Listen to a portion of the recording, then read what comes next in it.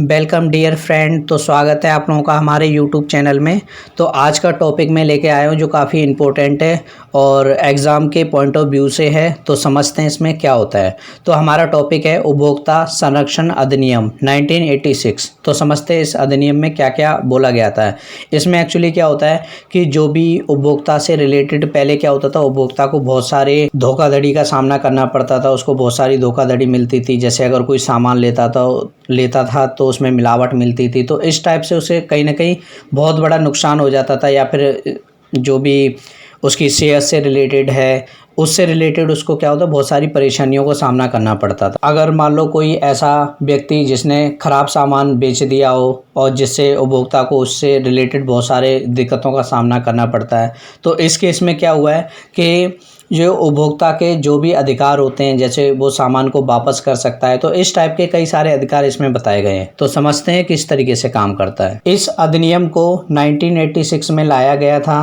तो इसको 1986 में लाया गया था। भारत की संसद द्वारा इसका जो खास उद्देश्य यह था कि जितने भी उपभोक्ता हैं उन्हें सुरक्षित करना। तो ये इसका जो काम है वो क्या होता है, जो भी सुरक्षित होते हैं, जो भी उपभोक्ता होते हैं उनको सुरक्षित किया जाता है इसमें। और ये लाया गया था संसद द्वारा, भारत की जो संसद थी उसने।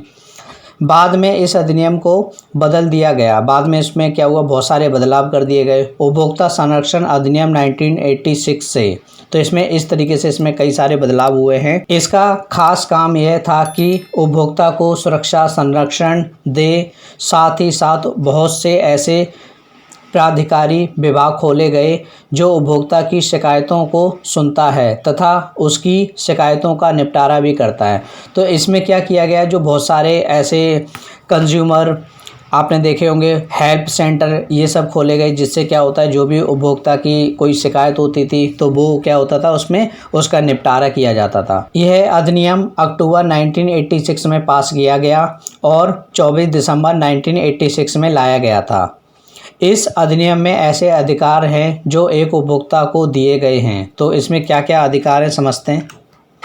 उपभोक्ता संरक्षण अधिनियम की मुख्य विशेषताएं। तो इसकी क्या क्या विशेषताएं हैं पहले उस पर हम चर्चा कर लेते हैं। अब तक जितने भी अधिनियम बने उनमें कुछ न कुछ दंड शामिल थे। तो उसमें क्या होता था, पहले अगर कोई उपभोक्ता को कोई नुकसान होता था, अगर वो शिकायत करता था तो उसमें क्या होता था, तो जो सामान बेचता था उसको सिर्फ दंड दिया जाता था। जैसे कोई शॉपकीपर है गलत सामान बेच देता था तो उसमें सिर्फ दंड शामिल था।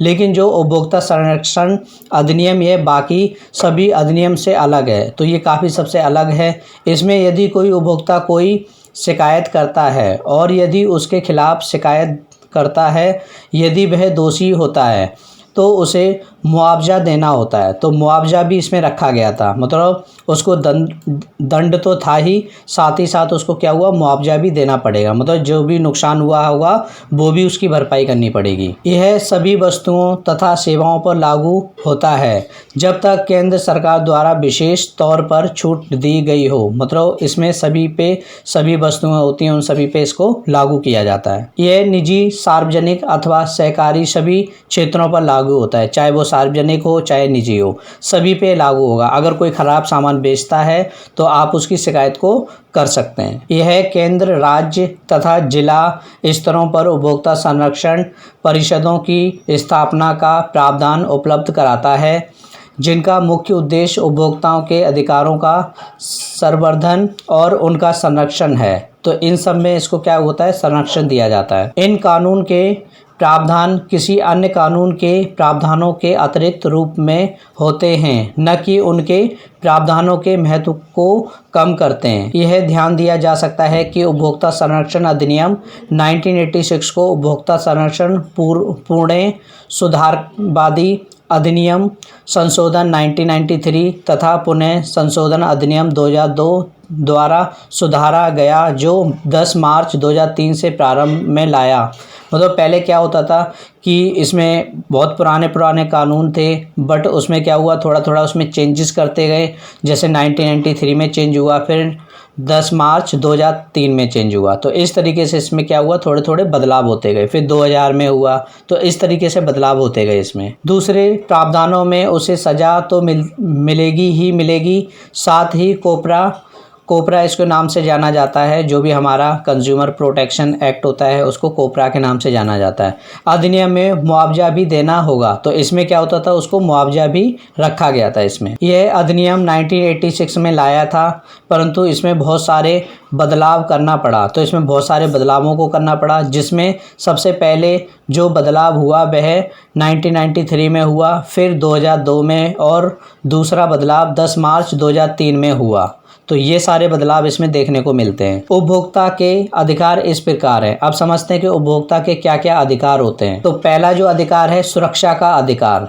उपभोक्ता का यह हक है कि वह एक सुरक्षा को बनाए रखे और कोई भी ऐसी सेवाएं, सामान जो उसकी जान मान के लिए हानिकारक हो, ऐसी चीज़ों के लिए खुद को सुरक्षित करे।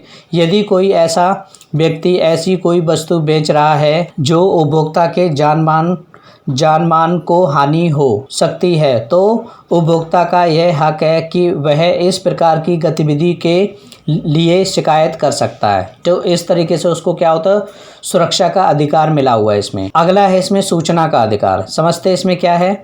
यदि हम कोई उत्पाद खरीदते हैं तो उस उत्पाद पर हमें कंपनी का नाम मिलेगा, मात्रा मिलेगी, मात्रा की पूरी जानकारी होगी, उत्पाद कब बनाया गया था उसकी तारीख होगी, तथा यह उत्पाद कब तक उपयोग होगा, अर्थात उसकी एक्सपायरी डेट, अर्थात समाप्ति की तिथि आदि चीज़ें होंगी। तो ये सारी चीज़ें उसमें शामिल होंगी। अगर ऐसा नहीं होता है तो आप उसके खिलाफ शिकायत को दर्ज कर सकते हैं। यह सब जानकारी इसलिए बताई जाती है कि उपभोक्ता का अधिकार है कि वह जो भी उत्पाद खरीद रहा है उसकी पूरी सूचना मिले। तो इसलिए हम करते हैं ताकि जो सामान खरीद रहा है उसको पूरी संतुष्टि मिले कि वो खरीद रहा है तो उसमें कितने कब उसको बनाया गया था, उसको कब मैन्युफैक्चरिंग किया था, कब उसकी एक्सपायरी डेट होने वाली है, तो ये सारी जानकारी उसको मिल सके, इसलिए इसको सारी जानकारी को लिखा जाता है। तीसरा अधिकार इसमें चयन का अधिकार। तो इसमें उसको चुनने का पूरा अधिकार होता है। तो समझते हैं इसमें क्या होता है।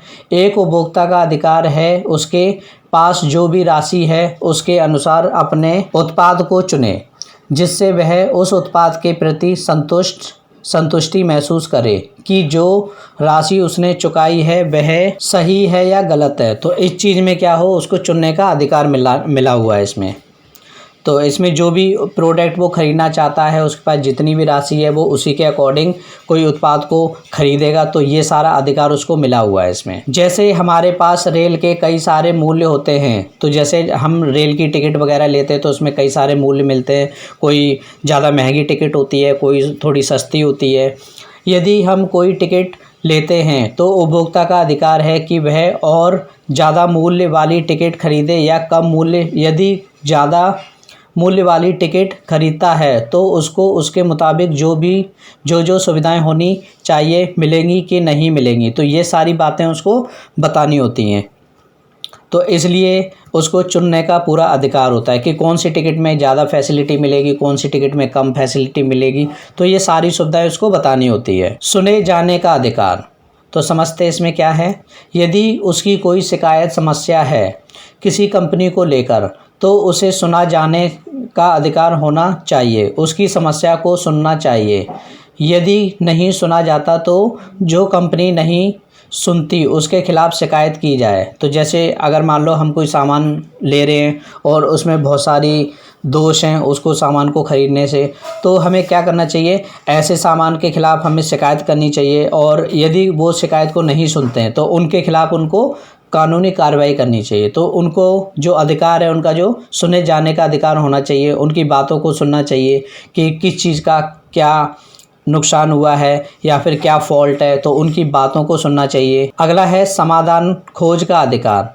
कोई भी समस्या हो किसी उपभोक्ता को, चाहे वह उत्पाद से संबंधित हो या सेवा से संबंधित हो, उसे उसका समाधान मिलना चाहिए। तो जो भी है उसको समाधान देना चाहिए। यह एक उपभोक्ता का अधिकार है। यदि कोई समस्या ऐसी है जो खास है तो उसे मुआवजा आदि मिलना चाहिए। तो ये सारी सुविधा उसको देनी होंगी। उपभोक्ता शिक्षा का अधिकार। तो उसे शिक्षा का अधिकार मिलना चाहिए।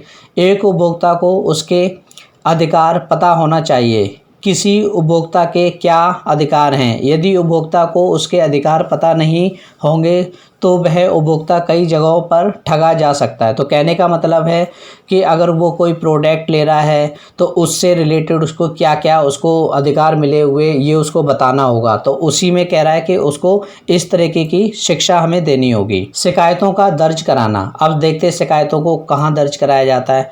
कोपरा 1986 के तहत कौन शिकायत दर्ज करा सकता है। तो कौन कौन व्यक्ति ऐसे हैं जो शिकायत को दर्ज करा सकते हैं। कैसे शिकायत लगा सकता है। खंडार 1 के अनुसार इसमें से कोई भी कानून के अंतर्गत शिकायत दर्ज करा सकता है। तो समझते हैं कौन सी ऐसी शिकायत है जिसमें हम उसकी शिकायत को दर्ज कर सकते हैं। कोई भी आपका उपभोक्ता जो आपकी सेवा व उत्पाद खरीद रहा है या खरीदने का मन बना चुका है, यदि उसको ठीक से वह सामान नहीं मिलता या वह सेवा नहीं मिलती तो इस स्थिति में वह शिकायत कर सकता है। उपभोक्ता वह व्यक्ति होता है जो सामान को खरीदता है अथवा किराए पर लेता है या किसी सेवा को प्रतिफल में प्राप्त करता है। यदि उसको उस सेवा या सामान की ठीक से संतुष्टि नहीं मिलेगी, अर्थात उस सामान या सेवा को लेकर वह खुश नहीं है, तो वह शिकायत कर सकता है। तो इस केस में वो अपनी शिकायत को दर्ज करा सकता है। कोई मान्यता प्राप्त उपभोक्ता संगठन जो